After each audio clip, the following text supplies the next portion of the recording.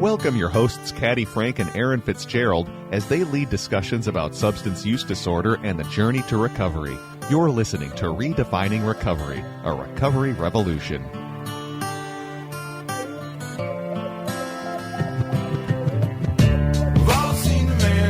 Well, hello.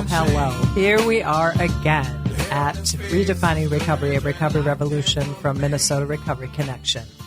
I would like to have Aaron give us some thanks on some things. Absolutely. Good morning. Special thanks to our generous funders, including the Patrick and Amy Butler Family Foundation, Otto Bremer Trust, the Sauer Family Foundation, the Hardenberg Foundation, alongside our other many foundation, corporate, and individual contributors for making this podcast series possible. Thank you.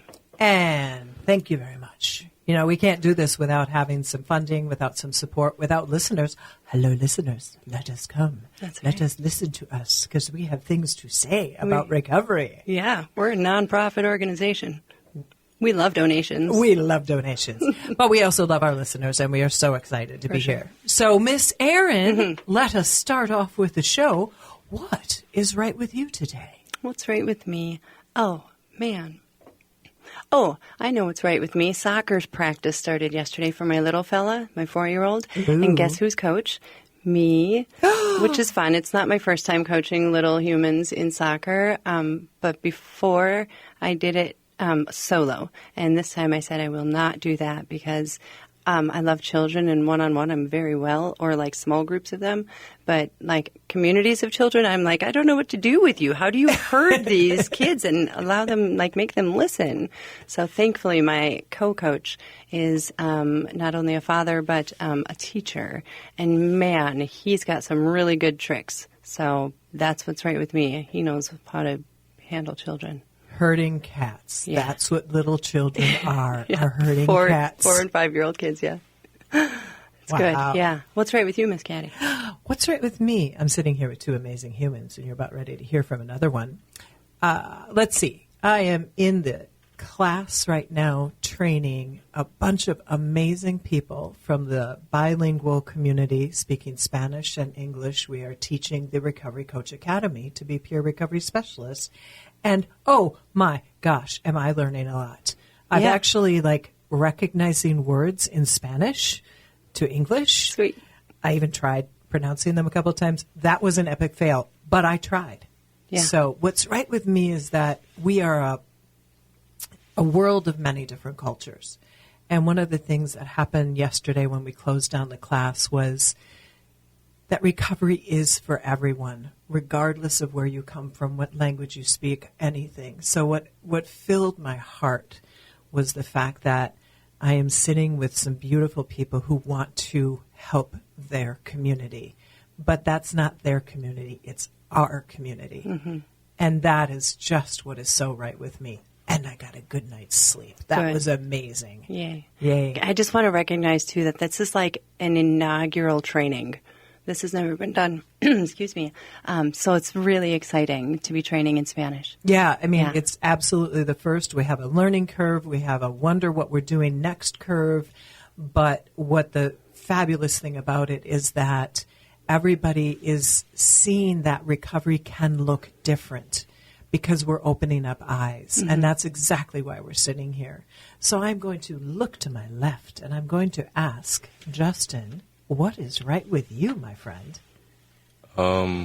What's right with me is just looking back on the way here, driving up the way here, I just had this sense of just, I feel like I'm at home. I feel like I'm not really content, but I'm almost getting there. And I'm just truly grateful for, just all of the opportunities and just all the change that I'm seeing in myself these last couple of months just by being in the community. I love it. That's about as good as it gets right there. Yes. So we didn't even introduce you, Justin.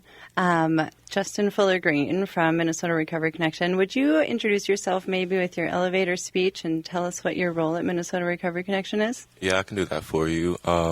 My name is Justin Fuller Green. I am a peer recovery specialist at Minnesota Recovery Connection. And what I do at the Recovery Connection Center is a lot. I have been helping out with the volunteers. I've been helping out with the Walk for Recovery. I just did a flyer for the Pride Fest because we have a table out there for the end of next month. As well as today I got my first referral to contact a participant and see if they would like services from us. And so far, the initial contact went good, but the participant basically had to have me call them back because they were on the way out of town today. Excellent. That's good though. So right now, are you just started as an intern recently? Yes, ma'am. Right, you were a volunteer. And then an intern, and then now Minnesota Recovery Connection has decided that we like you so much, we want to hire you. How did that process look? To be honest, I really didn't think.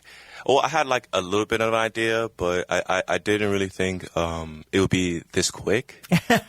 Welcome to the recovery world. Yeah. We move at lightning speed sometimes. When you got good energy, we want to bring you in. You got good energy, man. Yeah. Thank you. Yeah.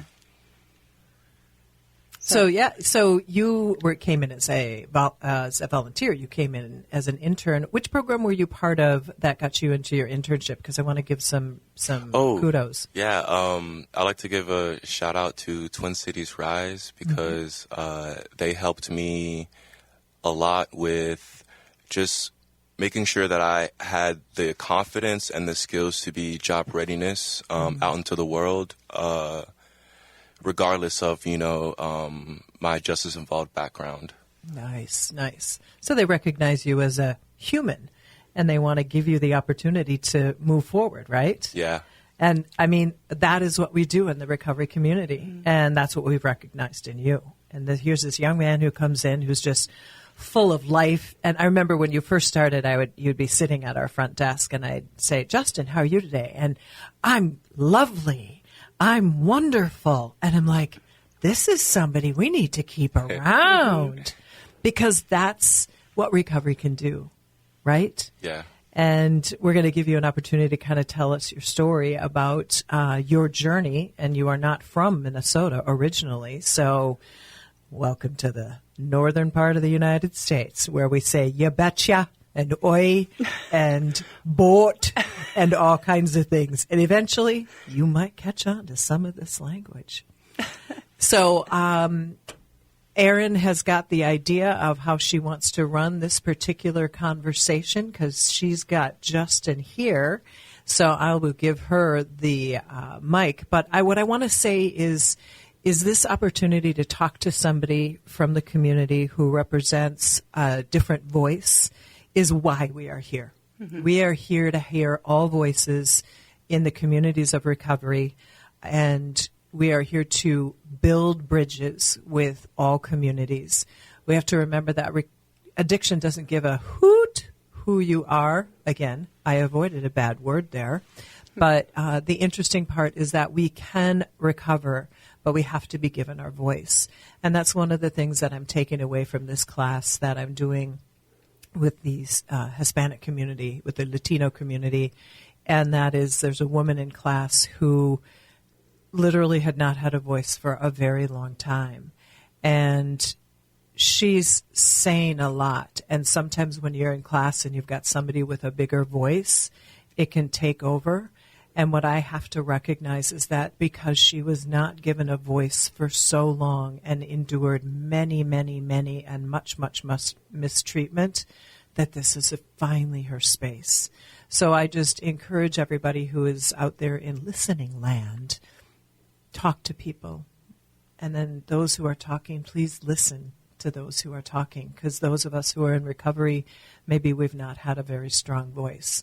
So I just want to say thank you to everything that I get to do. And I've got two beautiful people here who will listen to me and I'll listen to them. So we're going to take a quick break and then we'll be back and hear Justin Fuller Green's story. Thank you.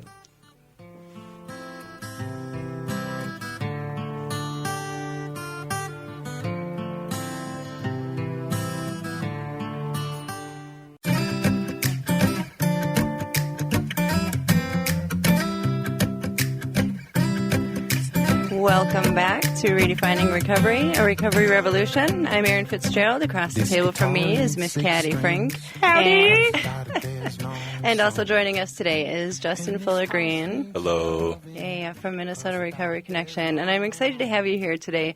First of all, because yesterday is when I found out that you have gotten a promotion because we have a new intern replacing your internship. So congratulations. Caddy was just saying before the break, when people start using their voices, their lives can change. And I don't know if, you have just recently started using your voice in recovery and, just grown very quickly within our organization, but you have grown very rapidly within us. And so, I don't know, using your voice works, I think. That's what you did at Minnesota Recovery Connection, anyhow. So good job. Excellent job. Thank you so much. So why don't we have you begin your story? Now, Erin, you were thinking about Justin to come in there was a story you heard and you thought, ooh. Yeah. Well, you are not from Minnesota, and recently you were on vacation back home, correct? In New Orleans. Or in New Orleans, so you were on vacation. Well, you can tell your whole recovery story, but there was something that happened to you while you were on vacation, and I thought that was just an interesting story and how you handled it versus things that could have happened. So I don't know if we want to start with your story in general or with that particular story. What do you think? Why don't you talk about that incident that you had, and then you can dial us back to where did your journey start in your substance use and then came into your recovery and then brought you to Minnesota. So that little story, I think, is a great way to describe to listeners what we have to manage when we are living a life in recovery. Yeah, I remember I set up a plan for me and my girlfriend and her family to go to the Jazz and Heritage Music Festival in New Orleans just for the weekend. And that week, I had to pick up my Suboxone because I had to take that to, function, I guess, sometimes. And what caught me off guard was they made me pick up my whole take-homes a day earlier than what was needed. So I was taking some of my medicine here when I should have been taking it all in New Orleans. And I kind of was running low and I kind of had to improvise and just gradually, incrementally take the medicine enough to where I don't feel like I'm in full blown withdrawal, because I just didn't want to, be a burden to anyone while I was there, because I understood that they're there to decompress and stuff, and I just didn't want to be in the way. So I just had to just be in my room, and I just missed the whole day, but I powered through it and enjoyed the rest of my weekend, Nice. So let's do a little quick explanation about Suboxone and why you take it and the amount of doses that you take, because there's going to be a lot of people listening who are like, Suboxone, huh? And dose, huh? And why would I have to do that? So why don't you give a little bit of a description of where your recovery started and what Suboxone is to you. So start with your journey of use and then get to Suboxone, and then that way give us a little bit of description, okay? Yeah, I can actually start you off. So about almost 4 years ago, I kind of started picking up using opiates because I was going through a death in the family, and typically that's how I guess I would cope with things back in the day. But I knew that things were going to get worse. And, they were, to the point to where it went from, prescribed to straight level, to now I know for a fact I'm getting fentanyl, you know what I mean? But my ego just was too big to even, notice how bad my body was at the time. And it really just took, honestly, me running out and my girlfriend basically just getting on me and just really, really showing love and support that I really haven't gotten from anybody else. And I truly, truly thank her today for that. Because I remember one time we were having a conversation, we were arguing about my use, and I flat out told her, I think I'm going to die like this, like, yeah, Ouch. Yeah. And she was just like, no, you're not, because she didn't want to lose me, and I know I didn't want my family to lose me. So I thank her for that. Very much. Yeah. Strong woman. Mm-hmm. Strong-willed for sure. Got goosies all over. Mm-hmm. And so I initially went through my first withdrawal once I ran out, and 50% of me was just like I could, call up, all of these negative influences and just do it, that way. But in the back of my mind, I just know that it's just a never-ending cycle of using not only just to use, but using just to live, And I think that's how serious it is when it comes to opiate use. But I don't know. It was just something different. It was something in my mind that was saying, you know what, call up a local methadone clinic or Suboxone clinic. Now, mind you, this is at 2 a.m. Wow. And I'm in and out the bed, I'm puking, and I'm just to the point to where I'm making my girlfriend, she's losing sleep, But I ended up getting in contact with them at 5 a.m.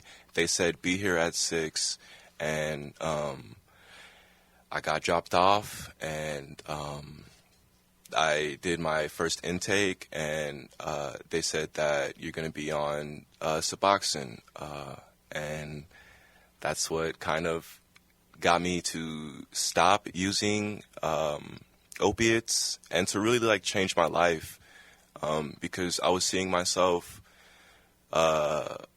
pretty much in a negative light. I didn't see myself going anywhere, especially with my use. And I felt like I was going to drag her down with me, and I didn't want to do that because she was going in a direction that was the total opposite of, doing the right thing when no one's looking, and just always just being so nice and genuine and just so sweetful to everybody, to where me, I was just on a self-destructive path. And But she saw you. yeah. And she saw you, and she loved you, and she connected. Yeah. She said, no, man, I know who you are. Mm-hmm. Yeah.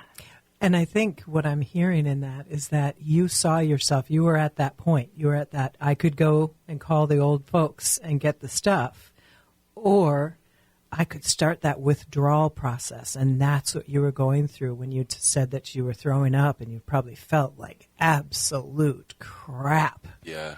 But you started making phone calls at 2 o'clock in the morning and 3 o'clock in the morning, and you found some place that said, get in here, because we can give you a medication prescribed that will help you take that craving away and also not feel like crap right out of the gate, right? Yes. So I wanted to kind of give a little bit of context to when you're sitting at home and you're feeling like crap. It's not because you're just feeling bad. It's because the opiates are coming out of your body, and you've been putting them in falsely, and your body at that point is craving them, and that crave feels horrendous. I've never had it, but I can see just in your eyes across this table, that is not a pleasant place to be. I don't wish that on my worst enemy. Right, right. So you got the Suboxone, and where did we go from there? So amongst all of this, I also had some legal trouble pending, and I just knew I had to get right with the legal system in order to get myself right, because the plan was to move up here to Minnesota. However, I know for a fact that I couldn't do it illegally, because that's just bringing up a whole bunch of drama. So I ended up started working. I saved enough to get a lawyer. I got a lawyer, and he says that we can work with you by trying to get you back on probation, because I don't know what the word is, but I kind of went on the run and was doing my own thing and not being compliant with probation at the time. But I had to pay the money, and I had to see a judge. The first time she saw me, it was quite a scare.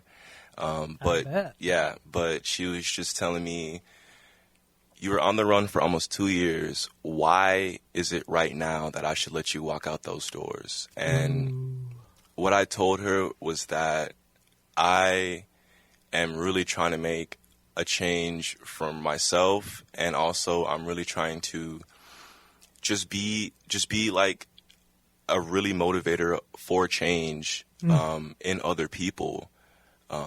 And she said that she would like for me to complete ILP, which is intensive outpatient program. Thank you. My fault.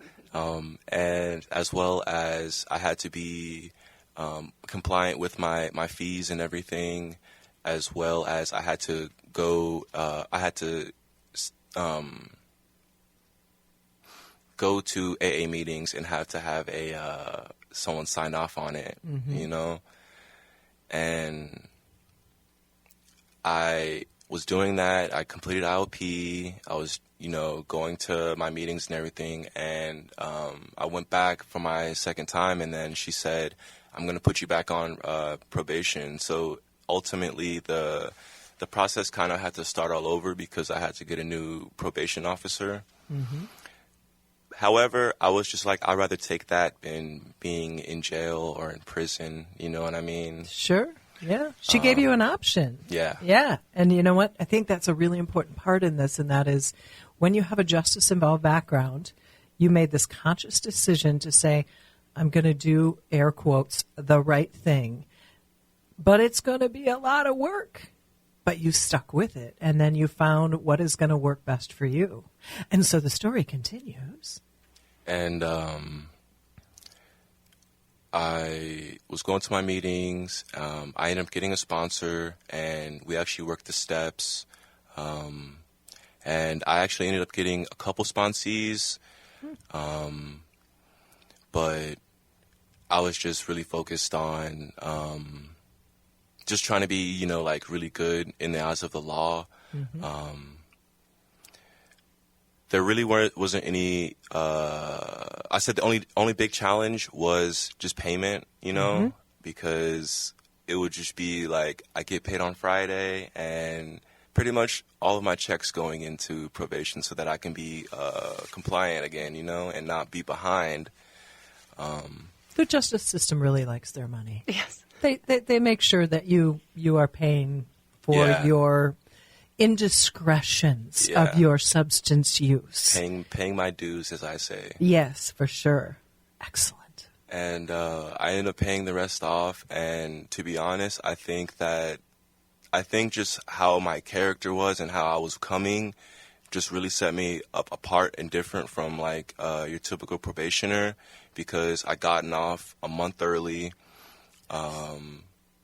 Which really made things in my head of me coming here to Minnesota really happening, because I needed to get up here because I was just really tired of Texas, and I was just tired of just the life I was living, and I just felt like there was, more opportunity up here, and I'm starting to see it. You know what's interesting is that how many people have we known that have wanted to do the geographical move, but they are still in substance use, thinking that if I make that move, it'll all be different. Sure. But you did it a different way. You did it in recovery, and you did a geographical move. What brought you to Minnesota? What was that about?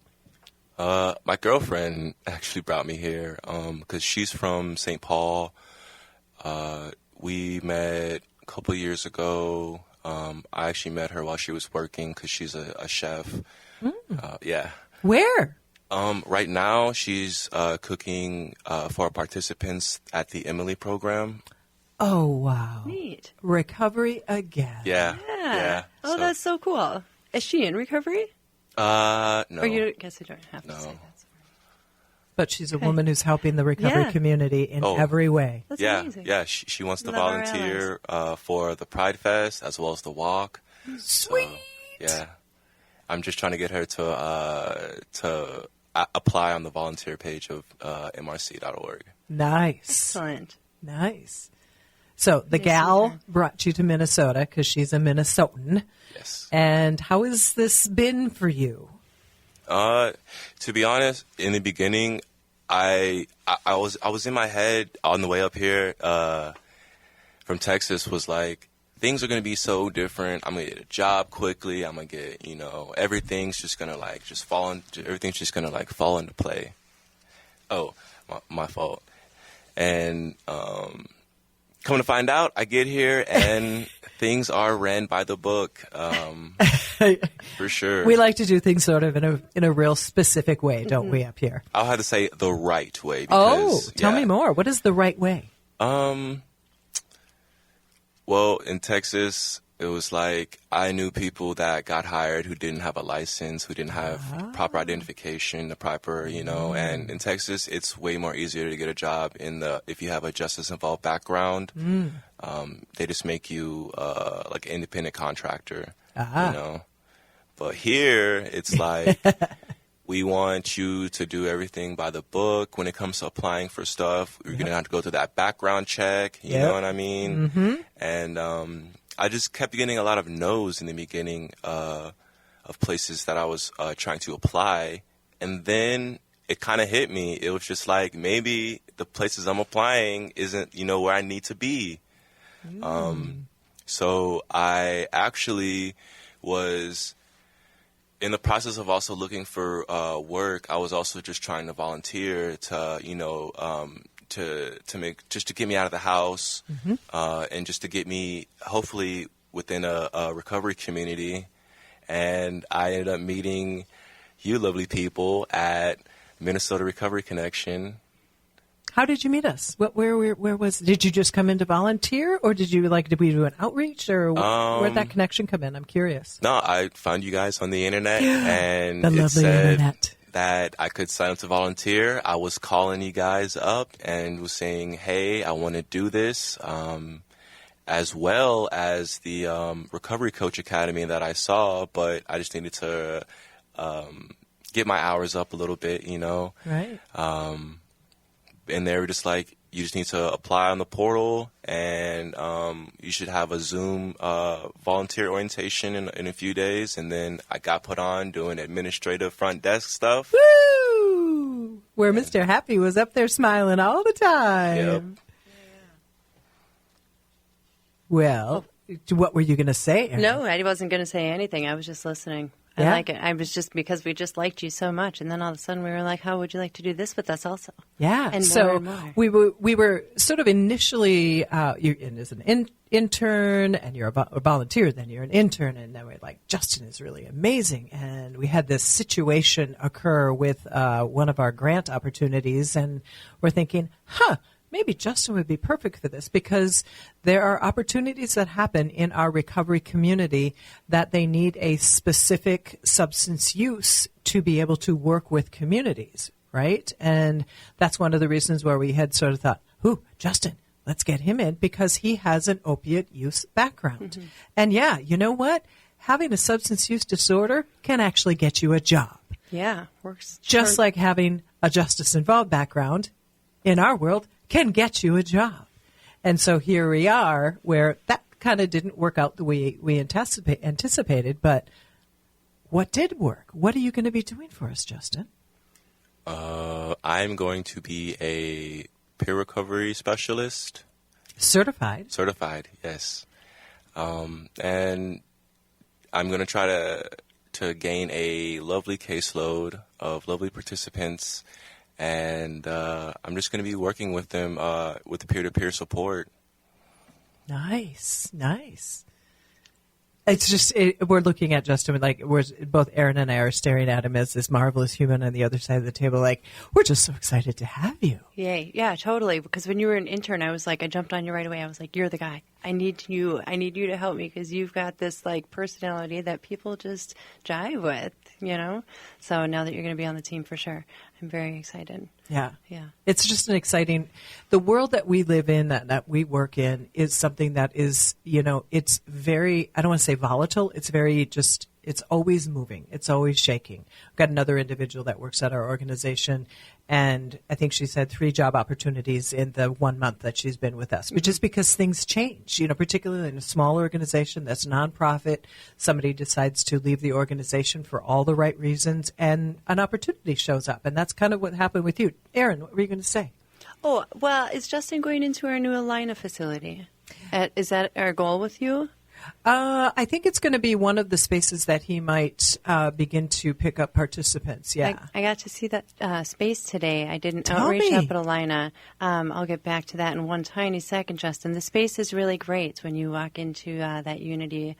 What is it called? The Mental Health and Addiction Center. Yes, Alina very Mental good. Health and Addiction Center. And so we've got one room there, and I got to go and do some outreach. And I just love going there. The people there just have such a good vibe, and we're so excited to have several community organizations in that space, you know, and having somebody with just different kinds of backgrounds and, you know, justice involved in different substances and such. But what I was going to say then about Justin is clearly you would be a good candidate for that position because you're kind of by yourself, and you have to be a go-getter, and you are that for sure. Yes, you are a total motivator and motivated. Yeah. And that's, you know what, that's what it takes to be successful in this work, because you have to be a communicator. And Justin, you are a communicator. He's done outreach. He's done connections with other organizations. Give us an example of one of the outreaches that you've done and what that felt like. You and I went on one. What was that like for you when you did that one with me? I think it was really informative as well as resourceful to the people that were in attendance to our outreach. And I feel like a lot of people, I feel like their questions were answered, but even after, we had a lot of more people come up that were really, I could see in their faces that they were really interested in not only volunteering, but just being in the community, you know, and just being around like-minded individuals that just want to see you do better. Yeah. I And like think- when people have questions. Yeah, it's They're- so helpful. They're excited and they're paying attention, yeah. Yeah, and we can see that light go off in somebody's eyes, because Justin and I were at this particular outreach, and as you said, they came up and they started asking questions, and we're like, oh, there's a glint there. You know, these are individuals that are possibly in their very early recovery and still kind of in that, call it that, maybe that hurting time where they're just still trying to come out of this fog of substances leaving their body, and maybe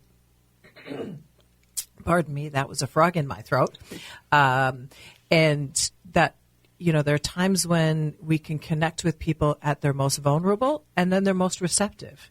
But you never know where you're going to be. Yeah. And you did your outreach, that was today with Unity. How many folks were in your outreach? There was 10 today. Nice. Yeah, I like that. And they're very excited that we're going to be right there in the building with them. Yeah. It's going to be really great. Yeah. Not a drop-in center, folks. Yes, thank you. Yes, we want to make sure that we understand this is not a drop-in center. This is a place where we have to have a formal referral, but we will help you in any way that we can. And if you do come in and you're an individual that is struggling, it's not like we're going to kick you right out the door, but we're going to find out what's going on and how do we take next steps. Yes. So we want to make sure that that's very clear. So we have just wrapped up this marvelous conversation with Justin, and he's going nowhere. So we still have another a little bit of time with him.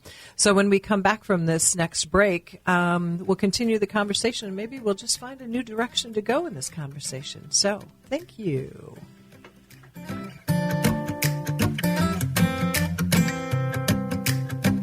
This guitar needs 6 strings, 'cause without it there's no song.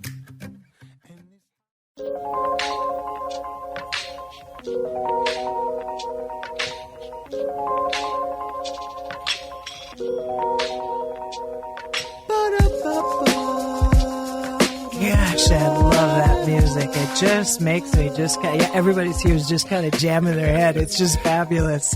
So we're back. We have a bit more to talk to Justin about. We were just talking about how we're going to take this next conversation.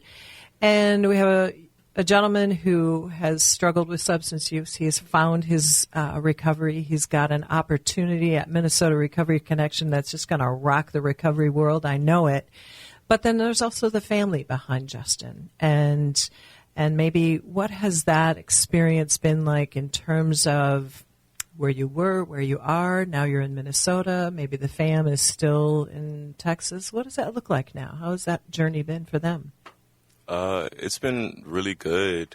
From what I'm hearing from my family, from what it used to be little to no contact, to be honest, especially when I was in my addiction. But through all of the beautiful changes that I've made, the relationship is just really, really good with on my mom's side, because for a long time I really didn't have a relationship with my mother's with her parents, because of just the lifestyle that they live.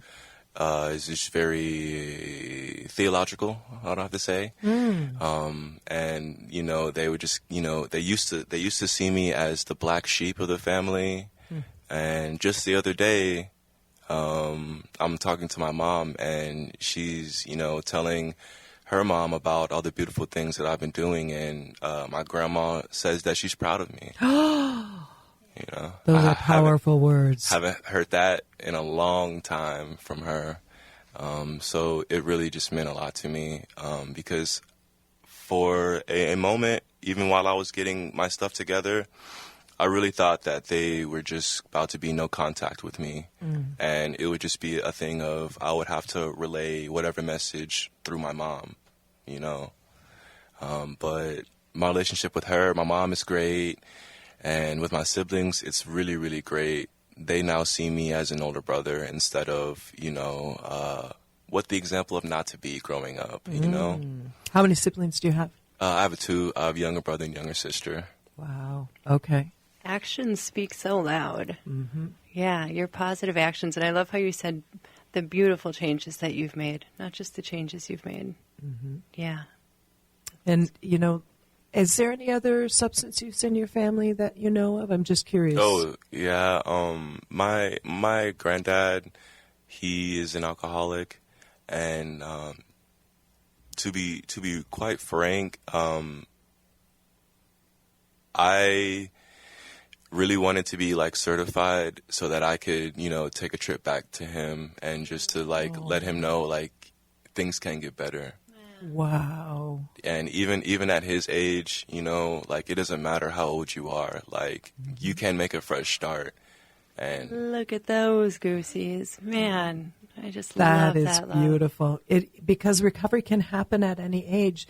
And even if this fine gentleman, excuse me, another frog, this fine gentleman might not find complete recovery or sobriety, but to have a young grandson come to him and say, hey, I've been able to find a sober and now a life in recovery.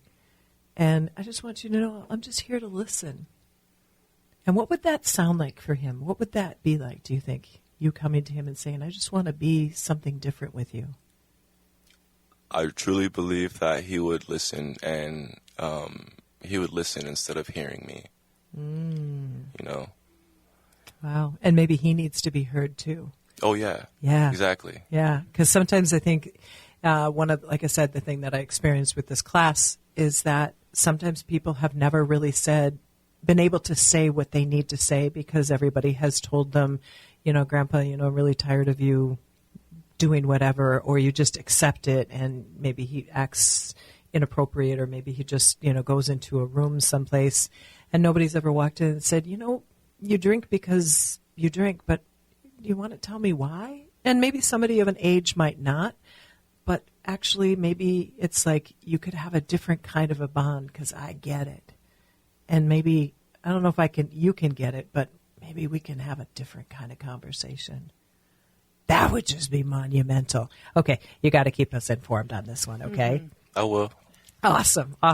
So what's your experience been like in Minnesota? We got a couple more minutes that we can just sort of, what's it been like to be in the north versus the south?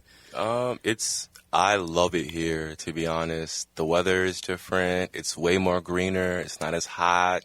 And it just seems to me like it's so spread out here to where you could take a weekend or a day and just drive somewhere that you've never been to, like I've been doing with my girlfriend, and we just go to a restaurant or go on a hike, you know what I mean? Just getting out of the house and just checking some place that I've never been to, It's just a warming experience, and every time we get out the house, I'm just always happy.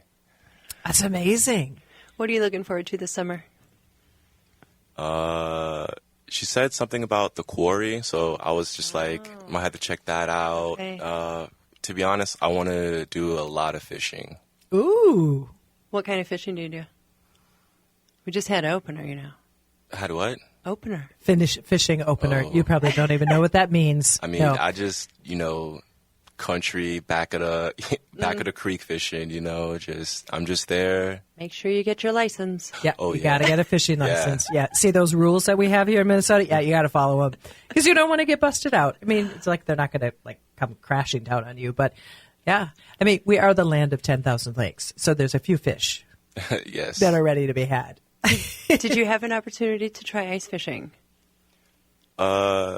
No. However, me and my girlfriend would like to try it. We just got to get a little money to get the proper equipment so we don't freeze ourselves out there. But Highly recommended. Yeah. I could see you digging that. Yeah, for sure. And you can just, rent those things too. So, yeah, you can just rent. The little pop-up tents? Rent up Yeah, tent. yeah. And probably, I'm sure, on a lake someplace that's for X amount of dollars, you can come in for a couple hours or maybe a day or something. It's just so exciting to see somebody who comes from, a very different climate come up here. And I'm like, what has this been like? Now I know winter is not going to possibly be your favorite time, but, that's when you go ice fishing or you go skating on an ice. Skating on a lake or something like that, or go sledding or something like that. Oh, how exciting. And you get to do it, in this clean mental space. And that is the beauty of what recovery can look like, but it is a journey. Yeah, and enjoy and just remember all of it. Soak it all in. That's so good. So, Erin, you were just saying when we walked in, you've got a couple opportunities coming up with harm reduction. Why don't you let the community know what's going on, and then we'll close this beautiful show up. Oh, just some training opportunities? Yeah. Oh, well, I do have a training opportunity at our office that's coming up on the 30th and 31st of May, if folks want to sign up for that. But somebody from Violence Free Minnesota reached out, and I'm really, really excited to start teaching in that community of folks because, again, the intersections of substance use disorder, they just don't end. So domestic violence. And harm reduction is Erin's jam. And so what we want to do is, let people know that when we practice safe and we practice understanding and we can walk into reducing the harm in many different ways to humans, things can get better, but it's going to take time and it's going to take understanding. So if you're interested at all, you can go to minnesotarecovery.org and look at harm reduction, and Erin Fitzgerald will be your facilitator. I'd be happy to do that. So we're going to close out the show. Justin Fuller Green, thank you for being here. Yes, sir. Thank you for having me. And what a delight. What a delight. So join us in supporting our mission and maybe becoming a monthly or annual donor at any level that which is well for you. Or you can come and volunteer at Minnesota Recovery, just like Justin did, and be happy behind the desk, and maybe opportunities will become a flurry on you. Your engagement helps us sustain these efforts in fostering recovery and resilience. Visit minnesotarecovery.org. Click donate and or volunteer, and be sure to listen to our show on any kind of app you got, because we're out there in the world. Thank you for being here. Justin, say goodbye. Goodbye. Erin, say whatever you'd like to. See you guys. Thanks, Justin, for being here. You're great. Thank y'all. Bye.